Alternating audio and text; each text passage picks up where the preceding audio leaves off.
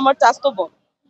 ও মনি trade international এই কোম্পানিতে NSM মানে মার্কেটিং ডিপার্টমেন্টের এনএসএম। ও এখানে আসছিল ইম্পেরিয়াল হসপিটালে, হুসেন মার্কেটের ওই হসপিটালে ডক্টর ভিজিট করতে। তো ভিজিট করে যাওয়ার সময় এই ঘটনা ঘটেছে। আমরা তো এখনো বডি বা কোনো কিছুই হদিস পাইতেছি না ভাই, আর কিছু বলার নেই ভাই।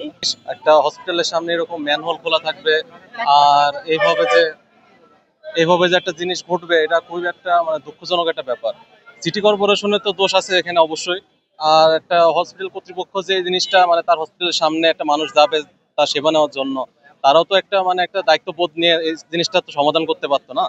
তো আজকে যে ঘটনাটা ঘটছে, যেটা হওয়ার ছিল এখানে আমার বোন না হলেও অন্য অন্য কোনো মানুষের বোন হইতো, একটা মানুষ হইতো।